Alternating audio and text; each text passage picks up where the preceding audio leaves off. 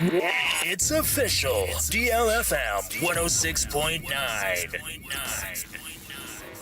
Yamamo akwaba afitumlike neshia yen ewo Facebook no so a na DLFM 106.9 kasebei ehunfoni na nam so a ubenya bi na watimi ahwe ediama yen na yehye kasebo na se kopie mu organ mampene John Dramani Mahama edensem ede atudwa echirim sem oma yetim sese no ukopie oboko ne potem a enya de asomdwe etimi ede hine kra oboko ene potem kra ne senti mekase no asante hine otumfo osetutu a otosimienu yehwem se nkopɔ ya adoma na wotwe de anim yi obetuma kopie oboko akɔbɔ asomdwe ho sensem etimi ede hine pa oboko ene ne potem Ghana mampani say atudwa emra ne due yada eye graduation ceremony dwumadi atodwa ewo Ghana Military Academy ewo Nefia Day ofolobusuma yego me ndeto so edu baako efempem mienu ene de numa Ghana mampani echiremu sem asante de nsema todwa echiremu sem onzo bo so agya ne time so aboa kɔboa ema kyese ne manso do ekɔ so eye bako ne mpote ma mekase nipa bi ahwe mo nkwa no eto etimi etwa Ghana mampani akase echiremu sem adehia mo bɔ kuma mmɔden asem bedi me na so na maboa na asante hina na motu obetue no asomdwe etimi akwaso pam Ghana mampani kasa mu bio na osade nsa tudwa echiremu a ukopia mbakwa na nsento kwa todwa no edwam nipa bi dwane twane nipa do na prepare make sira de sede ene ajapade bebe na etima sese ha adwenje pa ne senti ototo srap say asante hine bede momade ana momre na asomdwe entimi ene hine e oboko ne potem Ghana mampani akase echirem sem obo asrafo abaso mbakwa so abodwumaden ata wo machi akade wo be yadba mo ma boa ma asomdwe etime de hine oboko ene potem Ghana mampani John Dramani Mahama ede nsem sei ede todwa ewo ene de adwumade odiye ewo ene efia day emu.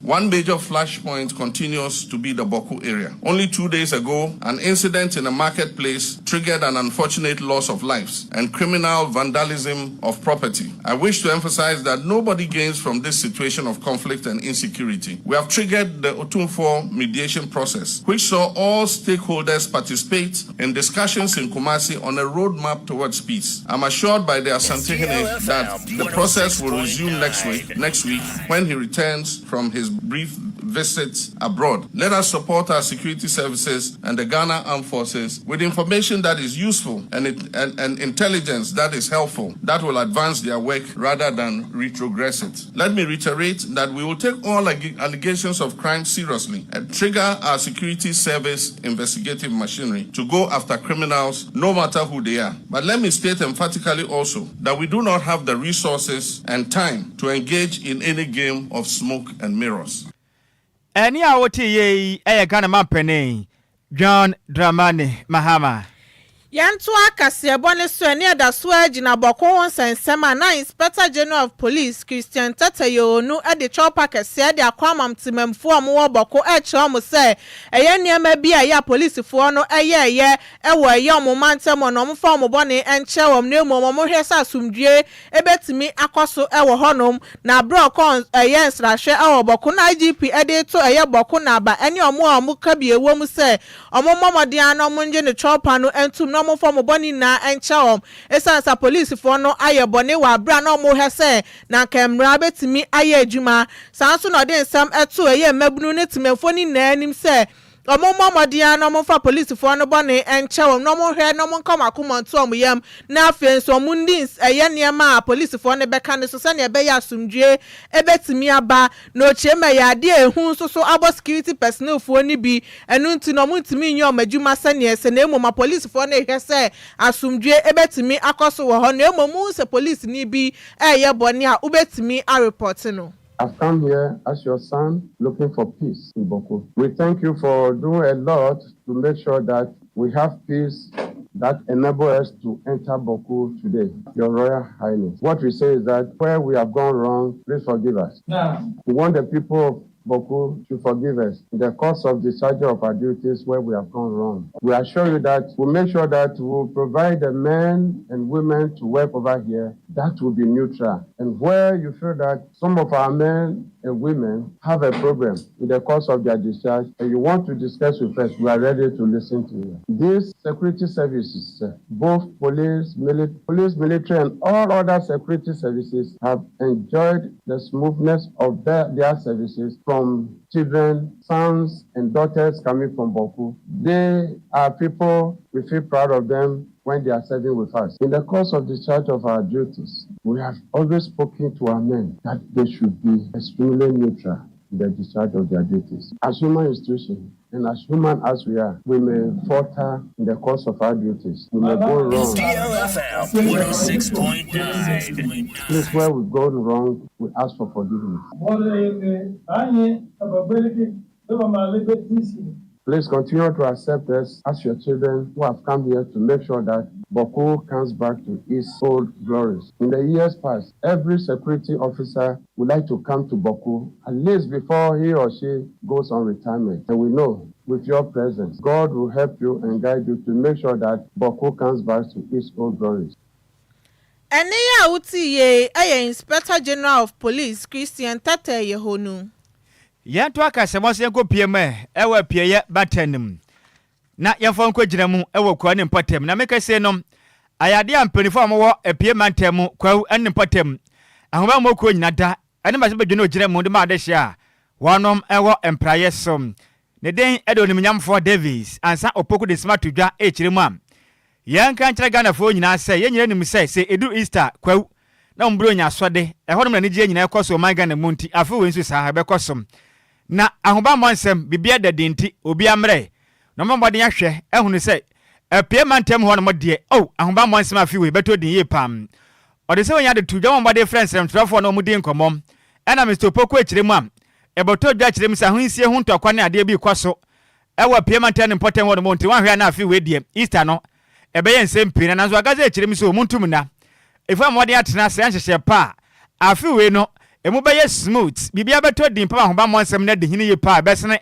afi bia de podi akram wakasa echire mu sem Ghana fo nyina moye ka so mmode am kwakwaji mani ewo kwa Easter no ene kofodu ne potem de mmode anko na we de afi we no ebe ye son kokram ono kase we ye pe ana afi so Eastern North Regional Police Commander DCOP Isaac Asante ono so kasa echire mu so hoba monsem edede ni senti Ghana fo nyina fi ani fa nchire mu ewo kwa ni enkodi Easter ne pam okase na ochire mi se dwumade ni baba kwa so mmode aboa eye posifo no baburo be ye apem 1000 agiban atoba homa monsem na atime konkan ye pam wasaka se echire prefo gusu bwa dwumade nsem Ghana ambulance ba kopie mu obi prempo mmode akopie no edna kopie ma yalesa ma bia atime konkan ye ni senti Ghana fo bia yem hyehye no ni enkodi Easter na Easter we de be ya konakono ye pam na mra Davis anse opoku ono ye mase bedwani ma de hyam mpra so age akasemu ni sem sei ina odoto nsentwerefo enimu ewa pie mantemu Mwaboa yempenifo aye Taurus ko Easter say Easter no hwa e de nipa dom bebre e ba ye kromo ase na e wose ye magana fo hunu nhyehyeye ne niema ye de atokwan mu se be ya wo mo ba mo tra bia mu e wo kobo ase no e be ya jojo e de ama wo mo enim se eduru sa bre ya na enije ne dos na enije no so dos na nipa bon efo so de wo ho gimu eti approach for ahye niema e be ma ya make sure say se bi obi ba no de adwumbone na e ba sa nipa no yene no ebe dele se the sense of to that share would be the paragliding site na e big paragliding embassy so afi but afi ye dey over 7 pilots and eba e be free USA e be free Russia ya Ghana ni so e ka ho a wo ba na odinkofo abefa ewiem ama Easter no ayekra behwe ohwa ye tourist sites be bre na uko Bruku Mountains uko waterfalls Tafo waterfalls senior GT empenifo ne kan ye no there are a lot of tourist sites tourism circuits people should take advantage of take advantage and enjoy the beautiful scenes and serene of Kwawu. It will be Obebiano. The person should be assured say the people of Kwawu, the taxi drivers, the market women, the youth of Kwawu, the various sites are ready to accommodate everybody. Come and enjoy Kwawu. Any out yako piemu awon price or no ena ye wono mra se bedwane ne den edo ni mnyamfo Davis ansa opoku Yanto akase bone so na enka ni Minister of Education sanso no yen mahye bedwani ewo bosomtwe eno wa santimemu eya doctor ya osaya duchum akoya adoye kese e de amom shop ehye ewo aduma anu wokumase akomom 100,000 Ghana cedis sanso na cement bags 200 se na be boa no betimi esi omo shops no nejano esi yesa na chese amafo shops ni omumfie so ahyehye amuni baabi mpo betna se amafo abraba for muntimi ensi omodada mu biemu esunko ana omusu na bra ye Dr. Osayadu Chum ekosra wom na oche se eye emofra no ditiri no mo maame no shop ahia muntimi nyeska enformo enko school na yade obeboa wom se ne ebe ye omososo ebetimi akọ school nim na oche adwadifo no so mo koma to mo yam esanse bibia be ye fine e de ama wom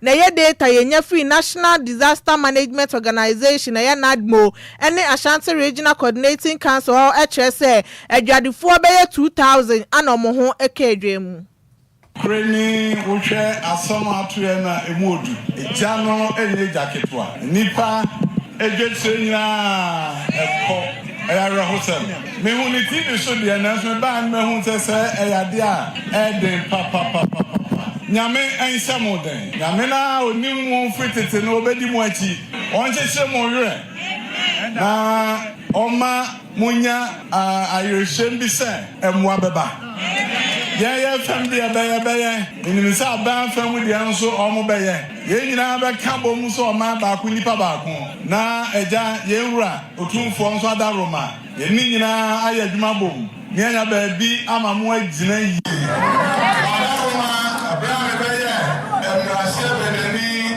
mu awon bo somche afatme nyina de abraham ba beye deputy minister for education more bomb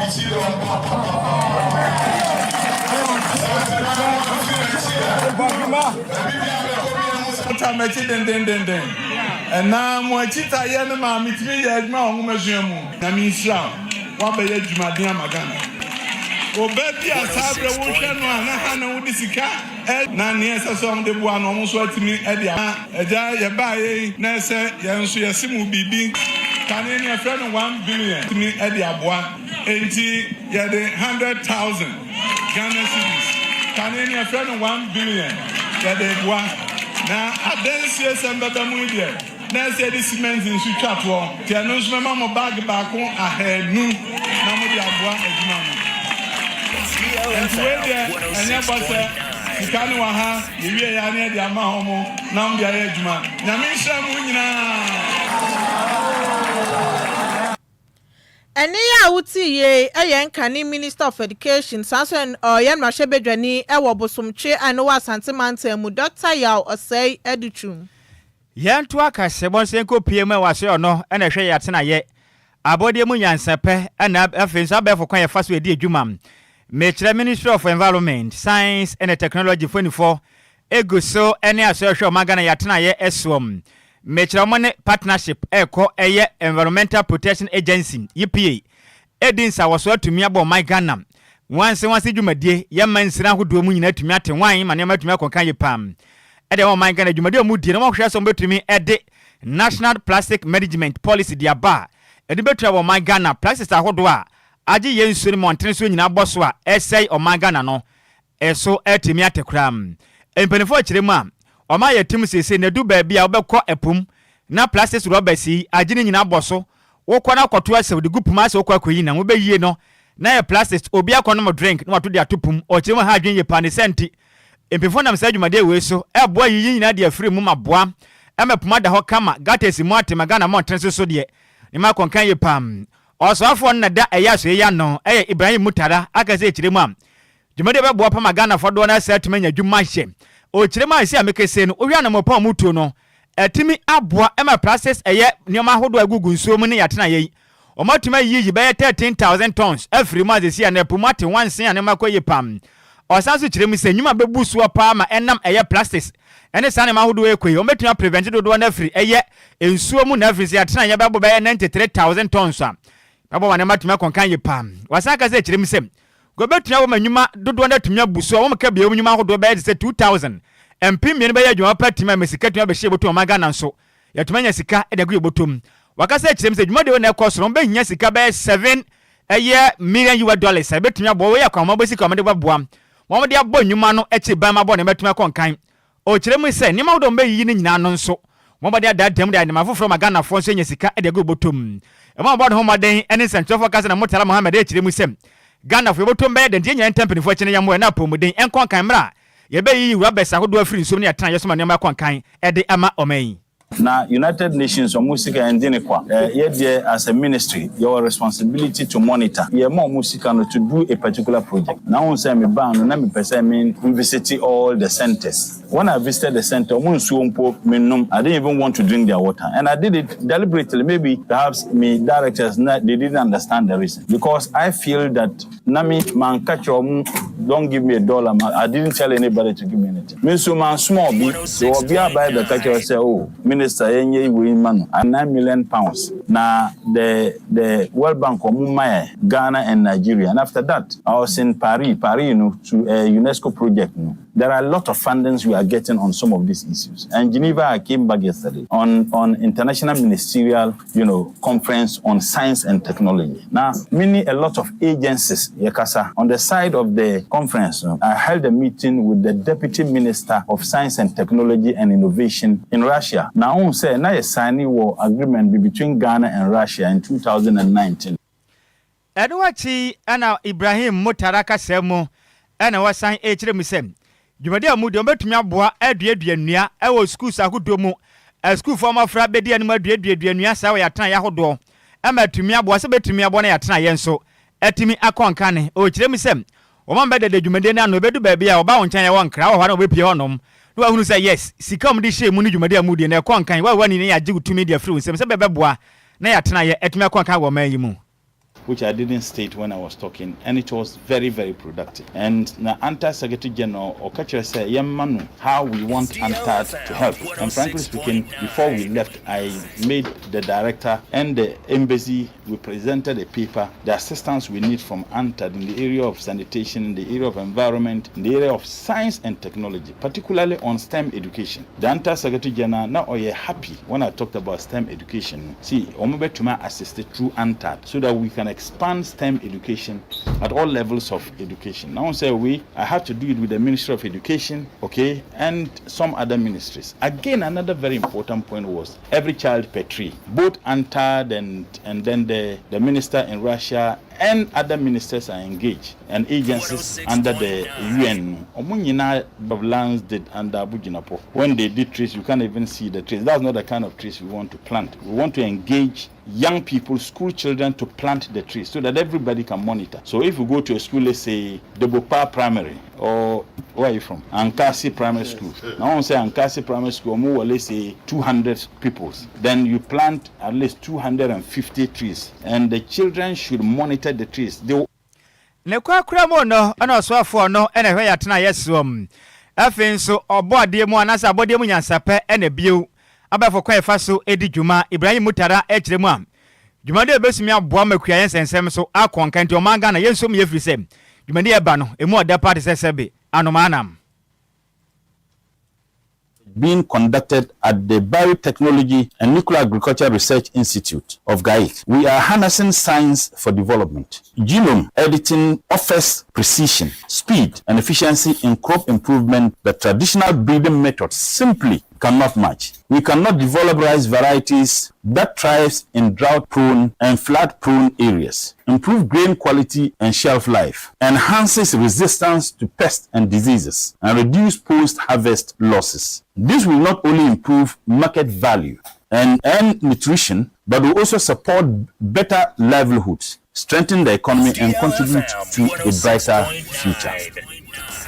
Any awoti ye ayoswafo no ana wohwe ye natena ye esom afin so abode mu nyansape ene abafo kwan ye fasowam ye dijuma ne den ede Ibrahim Mutara mane boyi ye nsem twene Sammy opoku ene de ebesom yen we ne yegina we nso adan ye ho akwa gina bofo nkato ye ba kase bo no de aka kire bekenka ne nyina ede asomo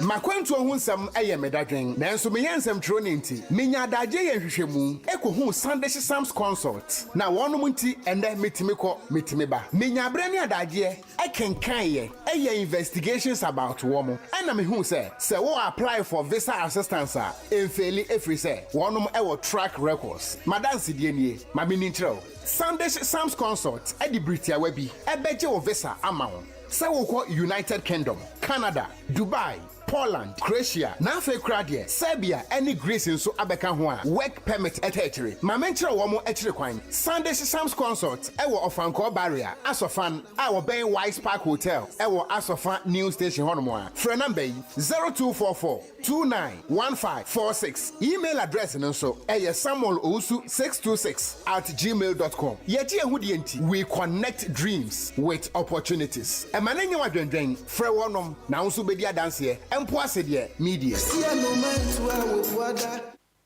Yamamo akwaba afe yento akase bone so na Ghana Youth Clothing Dealers Association for ya omo ton force e won knan primantem hadin sama betuja chesa ya de omaye omadwen se omo beya ye kire kase pa esanse nipa pina na e kan sembone e de afom ho sanso na bia ya omo tena to omade no mpese omo nje Enfema Foundation bia ye frɛ no OR na ya de omo kan sembone kase ye niam na omo ton ne kro mo digu ho no ma na ye bola na chese gu ho no mbasa send nsembone pa omo ka afọ ho de omo su chirema e ha omo ye papa into omo ka ntamanto chirema nya ade a omo be akwakoton ade kopem se ombeye ye chire no ewie na emom ye che na omo ye ne so ya sumdue kwan so into omo sra ye nsem chirofo ne omo ka bie wo mu se omo bra na omo beta omo achi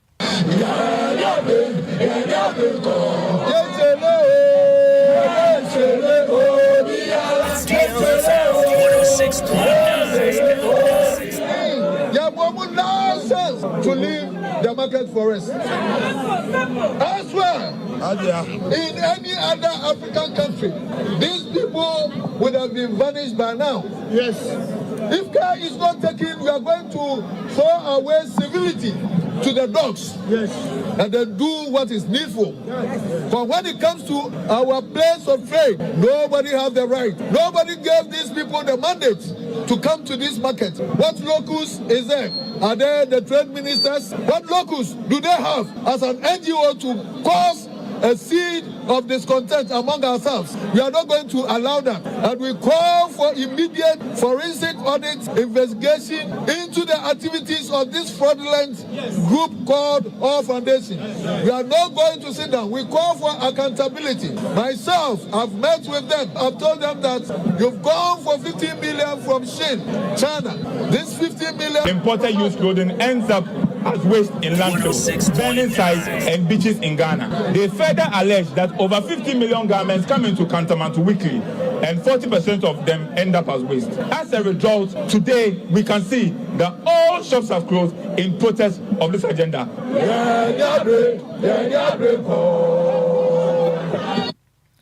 Enya uti ye Ghana Youth Clothing Dealers Association omo wan knan primantem ha. Ya to aka sebonsa make Senegal man penen e de smart to dwa e chirema oh my Ghana de adehia mutwe okada mate de ne free se monso moye enipa ne ba munya adwuma na munya sika nko ha busuanti ono mase ono e na hwe o Ghana kodi abadi akwana badi hu sensem so ebeboa emo okada no matumi atwibane ma konkan ye pam Ghana man penen e de se wade to dwa ana wo chire mu se sia kese de Ghana adehia no mo bete de pa no mo kada ne twidi a se de o hye mo bo ne campaign mu no mate de pa na sense wo beto odwa pe ana oso afọ no hwe akwane badi hu sensem de mo Ghana Joseph eye bukale ne pe e chire mu am aban hyehyɛ foforo bi ode ba motorbike no wo bia osere wada nya se wote me da sabre wafa okura akwaji bia de da bi o motorbikes na ansa na betumi akotwi bia nya se wokaka eye tricycle transport in obi hu ante za de a ontumi nkotwi bi ebio nso wobedi hyehyɛ so pepe traffic light na so kokwa abegina wotwam a danto awase ma empifo betu do watu afia na kyena hwe ade a wapen ho helmet nso besan hye ebio wonu mfinhya de onu eye enuma 25 years a ontumi ntwi bi wotwi bi aban beje otumi de afri wonsem ti license ni ponya bi kura na se betu odwa ena PLO edema okada riders association ye Solomon eye akwana ba kire mu se aba wotrim ya den papa enipa mfinhya de nwotwe kotwa ma wanya tumi na obaka kire sabi okada fozo mu ni mfinhya de onu ma so wotwe okada ojem se aban wo mu bedu nyina wo mo mpini ho wa mu kire mu a wanse samfe ma na madu nwotwe a wo mbebo odua edo na mo bo no so de we enya huhu dua enika 2028 aba no wo me show red card na kyena hwe ade a wapin ho. We knew that these things will happen once the 13-member committee did not involve us. They seemed to have lost their logical reasoning in bringing out this LI. Let me give you reasons why. In this country, a member of parliament only means to attain 21 years to qualify to join parliament, right? The 18-year given to every Ghanaian to vote is assumed that, bearing all medical reasons, the person is matured enough in terms of psychological, emotional, whatever. That is what they said. If you attain 18 years, you should vote. And this is embraced by come and regularize Okada to go and sit in the house and wait till he gets 25 years. I think these are enemies in this guy. They should come and explain to us what is in 25 years that is lacking in 18 years. Be it psychological, physical, they should come out and explain. Be it scientific, they should be able to explain what a person who has 25 years can do that a person 18 years cannot do. Else, they should reverse it. If not, we will demonstrate, we will take them to court, we will curse them. We are not cursing them spiritually, but we'll curse them when we are going for the next election. I don't know. Almost about Ghana man penidria, Idria Bonehum, any council dria, Yakotwa ba. Ghana man penumbo dria Sabaya Bano, won't to me ending Kunimweka Sama form, Edima Okada Riders Association, the day Eddie Solomon, Apanaba, and our ten in Kamobo dia, and a maybe so some Babuamopa.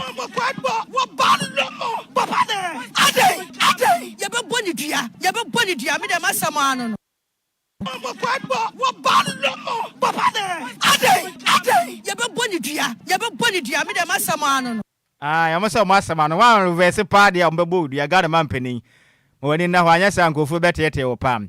You can come up, didn't tell me where you Piaga was say, Galam saying how you got a man penny, ye be watting. Master Prana Junior can tamper with him, say, got a man penny. Kohia boom soon in Potema, Galam say, a sour panty, be found palm. Yeah, that's it. Richard, I heard with him so her life. Eddie Free West Station, I can say more the person of Manamti, Kwadwo Adwoa. Kasebono mo bom haju madem panti yankopon hira mo padele for manet sine enso adase baba ha mo boase ena wo kire mu se NDC ene Ghana man pani John do me mama nti kokoo no mantumi antum enti mo nwina akuafo ho kra ayo kofi parliament no kire mu se enti ene okamafo ma akuafo ana kokoo akuafo mo breo enti Ghana man pani wanya hwe wo so hwe life edi free aguna bobikuma yadase Ghana ni simana kan ya wodea sofa na min sofa ne yamwa anya sa apakan ebegini ko mu Nina na se boko ene ntokwa ekosui ha adwenye pa na Ghana man pani abaka se echirim se asante no tumfo so totoso mienu ba ko pia boko yakopon ya doma next week ye ko masomdwe akonka ne wo honom Ghana ni Enquires sem se wote ya wuso mu sem 0534050199 0593406565 boko fo ne braba papa enipa agu na nsen babro ahasa 300 asem sei dia na waka fa ho hello majo. Praise. Hallelujah. Kofi ma shamo da City. 30 seconds. Open my yanko. Set sakumono. Set momni. Eh ni what me di pa o. Mr. Set my yanko. Praise. Asundwe ni epe. Ye bompa ese onko a. Okay. Bia nko yie. Yo. Na asundwe mra na boko asundwe mra onu adwuma mra onu mo. Mate. Ye pa woncho penifo won fa wonanti fon se won penifo. Yo. Nya me adwuma. Ya da se bebre. Hello majo. Hello, good evening. Ofa, good evening. Kofi Imani. Hi, Ofa Mia. Oh, Ashama Damon City Senior Mentia numre. Ofa, Kromo de asumdwe kro. Nti say sam with you account no. Aya na me say we news amukan sa. Areho. Eden. Areho. Amu ye innocent people nkwana ye kom. No kwasem. Nti say Ghana man penny. Susana mona e pepa. Mesome da sepa. Ya minsha bebre. Hello majo. Kwadwo Adwoa. Oh, sir, Kwadwo Tama Committee 11 senior 30 seconds mentio. Mo bo adwuma. Yeah, that's senior. Asante nye wako. Mayenti untidia o mampeni akani asante yam yaduma next week oko. Nti hu ni sei. Oko a ombetie no. Okay. Na sunjaba. Me da se bebre sa Kwadwo ya minsha bebre. Hello majo. Pato yeja. Dixon Bada ko droba etma de kro champion menti anumre. Kada ubitie mi na boko nsem ye da say aka ho asema ka. No kwasem pa. Kra sabi ni pedi pass bi fa ma wo ho kura e mo wonga won kwa na wo ye ne saa no nti ye nga so bia kura ma na wonga watena se kura so wo problem na watena se aso yom nti amu ya wan eno ne asem no ne titiru fura ba so still ne kwa na eko ye besere edi wo mensi ya na ne ya afuti bi ore ma won bia wonye ntom na won tena se aso bi mu na ade se nkwa na wo ye ne saa no ne kwasem beso da so bebre hello majo na banso o e kwanso senior na banso oh me fa form na ba ye kasa ma yenko eske to do ni eske me yenti o eja ewurade ne da na se se asante hene so agye atum se ba next week go you know betu anamo akọ okay nti yes e bokofo mpenifo ene omo kebie wo se asante hene betu ni na baba ho no ne nsem obaba ka no mamo ntwene na no nsifo ne mo ndi so na mbo ayo man Ghana ni nete Ghana yi na nipa baako yi na ye ware ye ho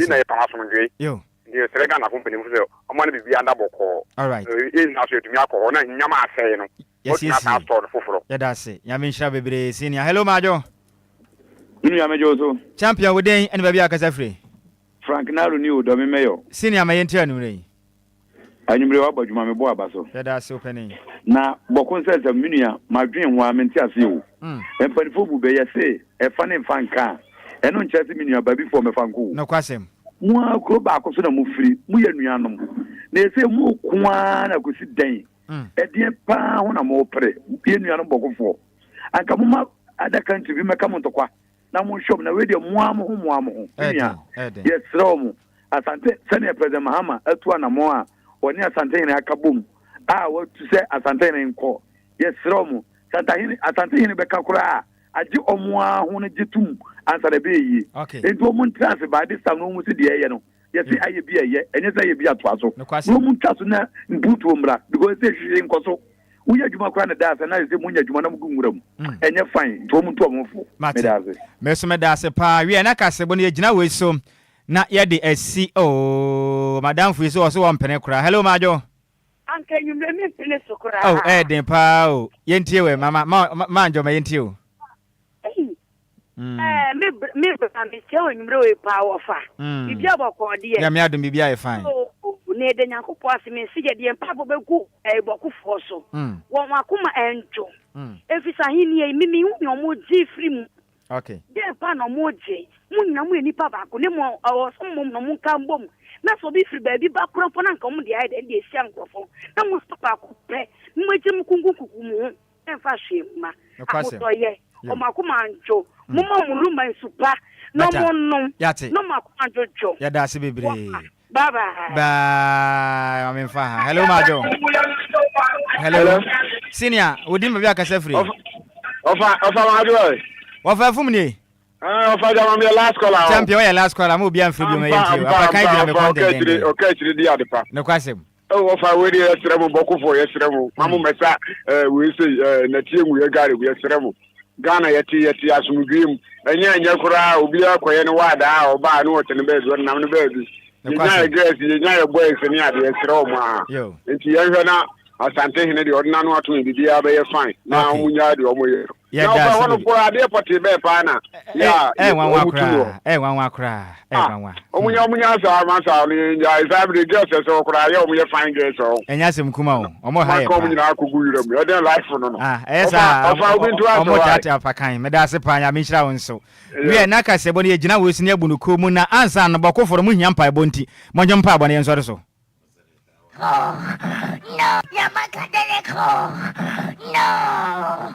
I let it clear. Father, in the name of Jesus.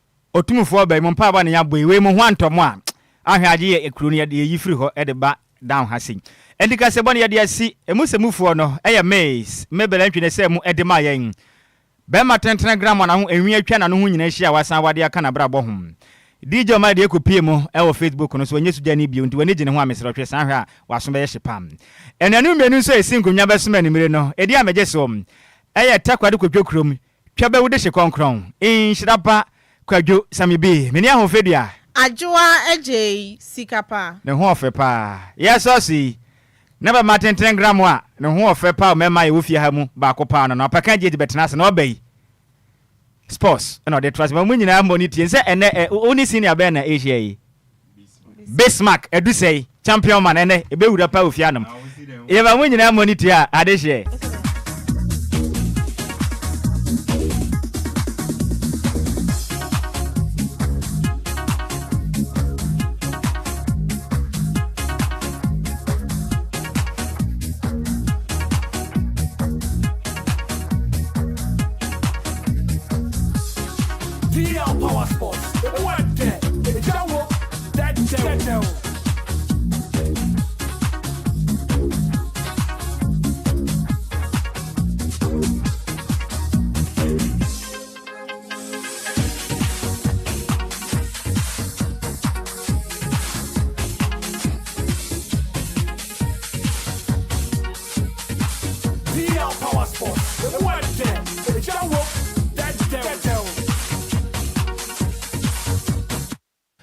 Fiadagbe wotro melegbedra no vinyo fogboto fio wotro ya chagamagbado megba noin sports ye metwogbono yimenko enyu freestyle Friday medekuku no wotro ya yomadana grona made na amesia mekropomoto fio no chome radio adre deal 106.9 anyami ganjobi tuobole bono koye Facebook e YouTube mingabo hefia no yogbekene be she watashi wake Friday freestyle sports neba menkwabo fa ni ochamoko ni mokwake moko ni monfia moke radio afo deal 106.9 good evening to our cherished listeners and viewers watching us live across all our social media platforms. Friday evening, we are back on your radio to bring you Friday Freestyle.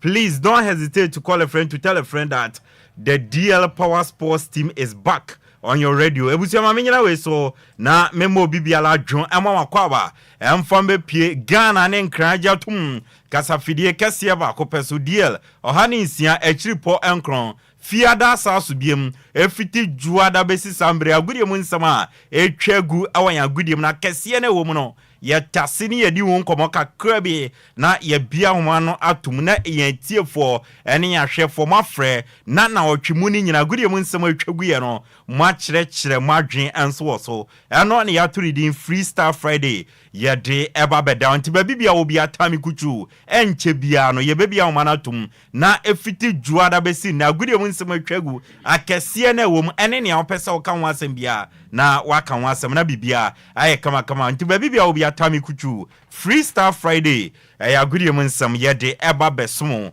na mamemfa seda kese emfama Lumba ensupa ensuaba edwamanso a emode emote kama na Food and Drugs Authority dia form fidie mu aye nhwehwema jato se obepie mu Ghana na opensu ye de na kama eso obi anom dia eno ane Lumba ensupa na Lumba ensupa no ye wone sachet ye wone bottle enti se opɛ sachet ye woto mu no abobo ana opɛ ne sachet anom no ni nyina no obetumi enya bena bibia kama eno ye Lumba ensupa bob sachet ene bottle obenya bena bibia aye kama de amao mo dance man ne mpatem no madam abanyameche akache mobetumi enya bi wa P2 lane oben Lumba Sport no 0557 349 Ofankone ne mpatem for yenyi mu mfimu ye Mama Vic akache mobenya bi 0500 680 783 anwa chinsu Lumba nsupano ope both bottle and sachet na toa ube piem awo DLFM yakache on crying agbogwa janshi yane Wisconsin International University no ene di adimhwe bora ya reception o obabe to abayo obi wo kachire no se ope Lumba nsupani bi ato be lidio na wenya bi ato be bibia obia no ope Lumba nsupani bi di edi udwuma both bottle and sachet na friend numbers we ne dudu omukra na opa ye de begu eye hyem ne abeyi di ama 0350 no abo 5 miensa 274757 ana 0577 475343 Lumba nsupane kitemo ema yedi agudie mu nsam eba besom from afar minu akwame fum kame ho yedi ensam no eba sanso na DJ Omarion Facebook and YouTube or the Adwoa live ubetumi akọ na wakọ dwumadie ne bi ewo Bismarck Kwadwo say is already seated enche bi obetene nkadi ameje so no ayensu ano de hye Upper Kanjich the Blazer Kienti we ba yabechan komo twetwe na se na nwumre e de amount Apakan GH wo de nyansa de wadiawo wo interview wo kasai wa hobrase wo radio mu kire se wo yo pabe ne wo radio mampa enti yanka jangumane yanshan samana se amount ya na otwe ensema pie mu wan agudie mu no na ebuburuja na akese na wo ma yedi wo nkomo no onim se nansen a ena Nigerian boxer yefani Gabriel eye Oluwa Segum Olare Wajo ebewu wo Ghana ya obuko boxing arena na abrante wuo no in fact ho na moboye pa na me no kase na otwe ena sports minister honorable Kofi Adams etumi asset committee sa abrante no ewu a owu ye no bi ante ase enti nhwehwemu nkoso sana be ya yebetumi ehu ne ekofo wuo ni bae na asumdwe a eda Ghana ene Nigeria ntem no ebetumi atenase na penipa oka eku a omba be sa nhwehemu no honorable Amakai Amatefio major retired or a former sports minister o se nhwehemu we ehu behia pa so mo be nani ekofo wuo ni bae no o metumi ehu. The work that we have been assigned is very important. Very, very important in more ways than one. It is very important as far as the image of Africa and Africa sports is concerned. It is important as far as the development and the safety requirements in sports are concerned.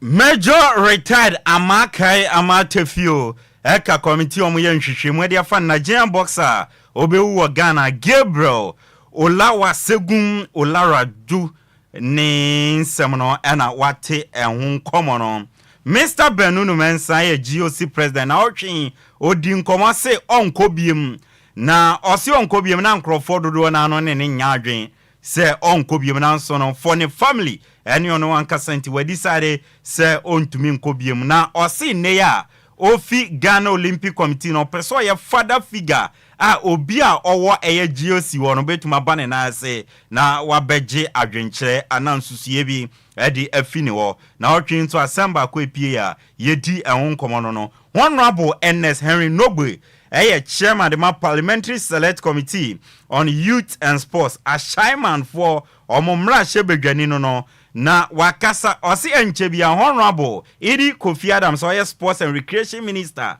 or boabua no wa be briefi Ghana for as to 2 World Cup games na ya boy no nia komu penny kapre peswa ekomu nyina no oba be boy enkomo no no ankasa bae no bebi obefa so any fee bebi ode ko ene sena nyama tinyina enchebia no oba be boy enkomo na bibia nso etumi aye fine enso ewo ho. The minister is preparing to brief the media. He will brief the media pretty soon about what has transpired so far. But you see, sometimes he wants to give opportunity to the GFA to do their work. You know, he's a minister for all the sectors. And Black Stars or this game is just a percentage of his responsibilities. So he will brief the media very soon. Honorable NS Nogbe Atwanin Samson or to just a budget if you are bemo eba sports ministry on so announce Ghana no economy ni nyawa nkwe omo person reset Ghana na nyama kwe for now no kakra na yede ma no mbehwe so no mo dia adwuma mbere ne kona ni no normal predodo. We all agree that the budgetary allocation for the national team or for the Ministry of Youth and Sports is not adequate to cater for all these programs, but since we are trying to manage the situation and manage the economy, I think we have to do with what we have now, and going forward when things settle, then we also look at how to refund the sporting activity. Honorable NS Henry Nogbe, chairman the parliamentary select committee on youth and sports, a chairman for Mumra Shebedwani, and our tenant can no draw safo, Esiketi years so krekuba ye no or build the fundamentals of Ghana football. Na Kurt no or by building the fundamentals. And no can say the Ghana Football Association as an institution, it's something that everybody would like to touch. Like Ebiana said, and in another for 6 years in here, I care to be a free president still not no or build the fundamentals of Ghana football. Na no dress of which was a care to create problem back when it's a blasters no and perform no na na for the chabono. Na side that the fundamentals no guswa or build the na Ghana for moon secret no one ma and national teams and Black Stars in Kwa. To be frank with you, we all had problems. Ghanaians had problems with the national teams, especially the Black Stars. The performance friendly. Until now, the BLBS were doing attempt. But Ketokoku is not there only for the Black Stars. Nano Rosa for the Crackramon see GFA Esque Jumano, a yet dini bruta. Now so munyashi and fimomwa. And they use some credit the Zoom meeting ya there into almost answer take decision in the bar. Na Ghana for say shaboma and na femano nano drew safo. Very in the sense say you have to take certain decisions, and when you take those decisions and you come to communicate the decision to the public, you are insulted. Now Nanka anti-say, but GFA, election, 2019 election, and a reference say election. Until after that, they became this we and them. I say, my team, until even it came all to the media. In the media, your Nipa, I say, opportunity, and others know where they belong. Now, whether good or bad, they will speak against you. Now, ESCO meetings, sometimes you don't have to do ESCO meetings to travel for 3 hours. But sometimes we do ESCO meeting that travels for 6 hours to 8 hours. 6 hours or 8 hours, ESCO meeting. What I say? Sometimes we do it on Zoom. The Zoom look at the airtime. Yes, Zoom meeting, it takes 6 hours. Now we see data. My credit is na no drosa for ana watene nkano ato folk goalkeeper Benjamin Asare I extending a contract for 2 years until 2027 and Benjamin Asare etna no wadi ni dwuma e de amahato folk as a goalkeeper na otwi nsema kese piepie mu anya agudie mu no and ya de ama Bismarck do say bright sign abagan you agusu hia I hope sounds on here nyame adom me wo ya pa na yenchi a Jesse I ohwe show ni yenchi a yenchi ano mate wo ensam ne yede agu na yentie o kakra na yembie phone lines kakra bi matie phone yan sorry well abagan yes me da se na yenchi a DLFM nyina we dey kakra bi on na odru safo nkomo na wadi no I say ketokreku ba no e fundamentals 6 years ni no build the fundamentals because the fundamentals no o breaking it down kakra ya grassroots football na kan course ni bibia Ghana football na mo de share nsa no 6 years ni no build the fundamentals and very ridiculous so broni bega just very ridiculous because fundamentals are and course team agu course football agu omo de bibi by say KGL what was on some boy under 15, under 17. The last time I Ghana call Olympics game way back 2004, which I also see a team in Olympics game be mana. Into fundamentals be na oka. The first 10 wa obedi GFA president no or promising coaches and as a clubs and say obi obedi league no obi obedi first to third or the nipa no be or the that club no coaches ni be ko abrochire akoye training, that is workshop. Which I said that year when the House of Folk at the time and now opening a friend Samuel Board in a headed team. No, which I said Otimi fulfill that promise nana. This is under regime, under watch, and Ghana struggle even to qualify for AFCON. Yet me comes the the likes of Como has been a share my befi, and you are telling us or build the fundamentals in any is it fundamentals I'll be crab bases I be bases in the crampono and some bebre basa will cry over 8 or 6 bases no but could cry with me a year jumo krumwa into fundamentals now to understand and on the only achievement I made to make us a care to Krekwa and it's a women's football and the assistance now krumwa open league is relevant league is interesting women's football and Malta Guineas for supporting other than that make us in the 6 years obedi so no or performing very symbolic the money will form yanim ketokreku the competency the potentials during the time now or MTN FA Cup how are MTN FA Cup ya kono eti obedi so na obia nim say ono de enko be boy juma Ghana football be fan into my prefer but as it stands now abakan sinkia na yesinki tournament ben ubetimi etu edun se sibu aka say and that ketokreku watch yetimi performing football net is saying you understand entimu bana mo beki kan semu ya and I don't blame him because onipa na gaso ntimi fa na tamfu nyadwuma so the people that criticize her and ebema ketokreku are standing on the toes aya adwuma ma oman no was sideline omu nyina as enemies and na omu ye ni yodium and ne omu sounding ho entino if or come wrong and answer or come wayward kwampa because he's surrounded by Goro boys. He's surrounded by people.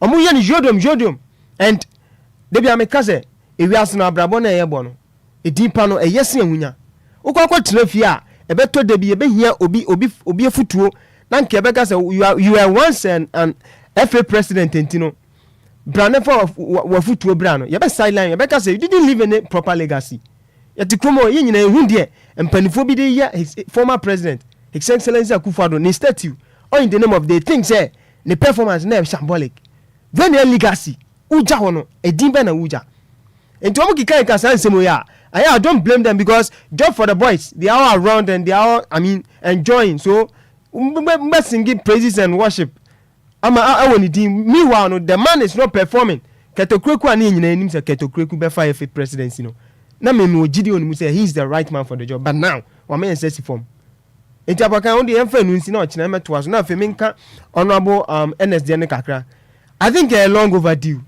and opening wakasa ye when ani nyina hwe Mr.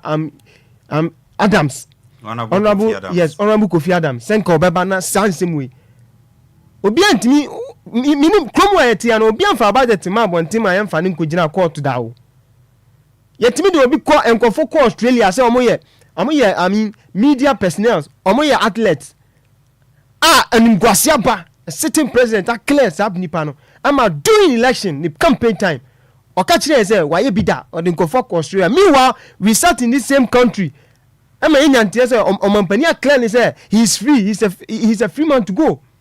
And to Cromwell, we've seen even the worst things. Not, two matches I have World Cup qualifiers. Muna, ebi had the budget babontia.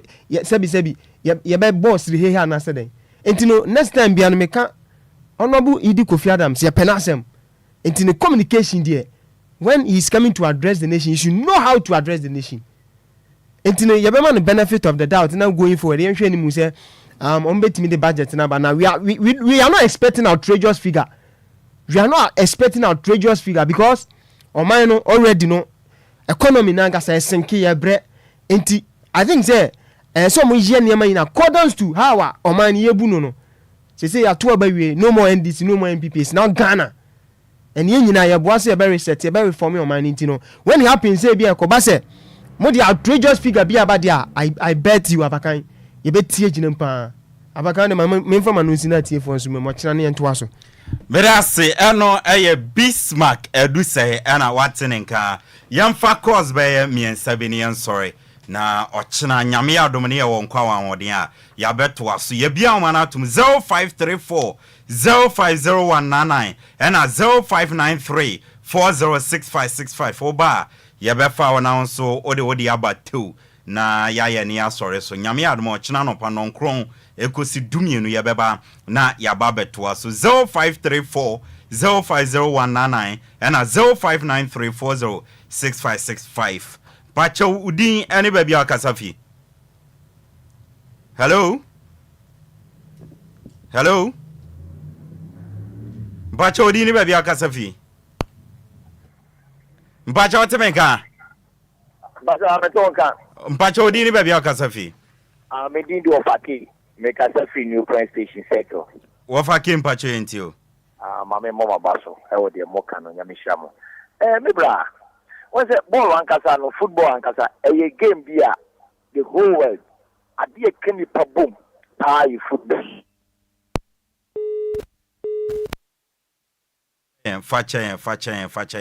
Wafaki ya umano ati atum 05340501 0593 406565 oba yebefa ensusu ewo honum na uko Europa. Yes. Omu league no top 5 leagues no matches ni bi todwa ensusu ewo honum na memfa enwonsem emfamu dia. Yesi akane sima edun otwe ewo France. Okay, ma memfa we. Pacha odi ni baby akasafi. Hello. Empacho chewon fi radio no kakra mesrawa. Hello. Yes, empacho chewon fi radio no kakra mesrawa. Dabi on temenka ma menkwa. Empacho odi ni baby akasafi. Good evening. Good evening, sir. Good evening, Ben. Mekasafi Ashaiman. Bra Ben empacho yenti we. Wom say your budget. Yenti eshi. Moje mo budget won. Mate, osi your budget. Yenti eshi enso ono ne di ode bar no itu. Osi budget na Ghana for edge enso so. Pacho odi ni baby akasafi. Hello. Yes, sir. Udi ni baby akasafi. What is it? Nyame adom na wonso e. Hello? Hello. Men tie on our radio no tie on wo phone so. Yeah, brother. I think it's on you serious so bekasawa. Pacho udi ni baby akasafi. The blessed king. Hey, Kofi ma. Oh, bra. So where? Nyame adwo na wo. Nyame adom me where? Say the Ebra Ben can the budget. Again on become and I talk about ya sumo. You can say current administration war no. Now how money budget your bomber to be on pay budget. That's not yet to me for Ghana phone. Yes, we pay budget. I'm for budget to Ghana home. And I'm one year no. You can't say we do rather than budget yeah. The clear budget no. Also, one nyame ntina ewo honum. Pacho odi ni baby akasafi. Le dey akasi lisa mabebo mi sisi onwa. Emmanuel. Bra ima pacho yenti we.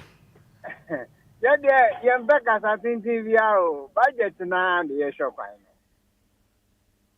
Budget na moje won. Budget na de ye shop an. Yembe kasa tintin bia. Honorable Henry Nogbe say omo de beba enche bia. Omo nya fast. Omo ya chakra. Okay. Omo ya chakra.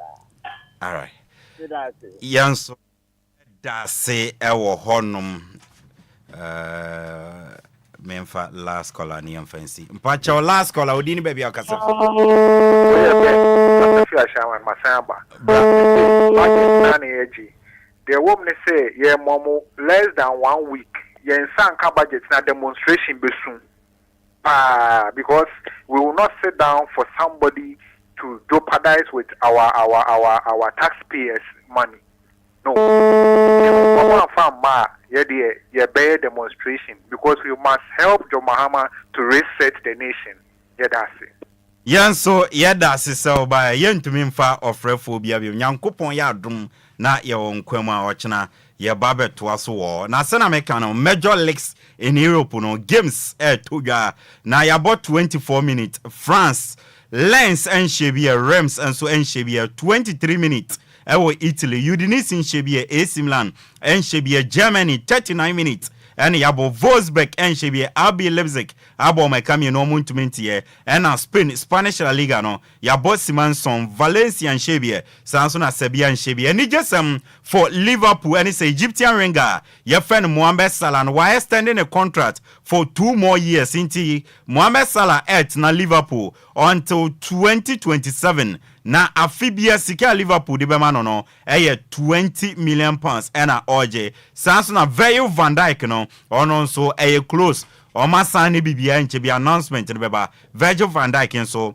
assign 2 years contract extension e amabobo kwa ye fan Liverpool e de won sam de ba UEFA Champions League player of the week according to Liverpool mbobo kwa fan Arsenal o mo English midfielder fan Declan Rice and etumi agi UEFA Champions League player of the week ne kai say emra Arsenal share Real Madrid 3-0 no ono na obo 2 free kick the two mo Bismarck edu say wo sere yenso still na come back ne yebe ne wo Bernabeu na yeyi omo afim Bismarck yeko yako de abakan amincha Jesse na ai o hwe so ne yenchia no na yenchen say on dantem on dantem yeah tinyame adom ochina ai ochina no pan 9 yes it is ekosi 12 ye beba 9 am ekosi 12 ye beba na ye the DL Power Sports no na yenchia Kwame Afum ai ma won say Kwame Afum so atro fire atro fire antino baby Kwame Afum obia no yenchia no minimum say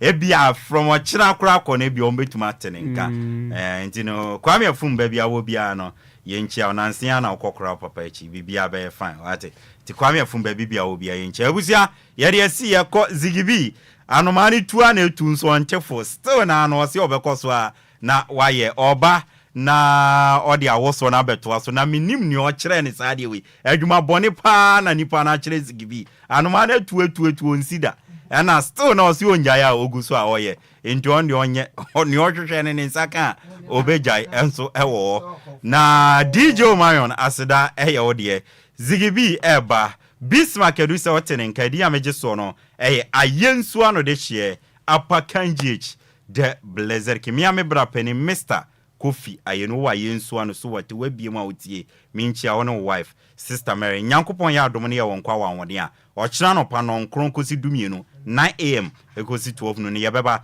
ne ye DL Power Sports area besomo yakra obibia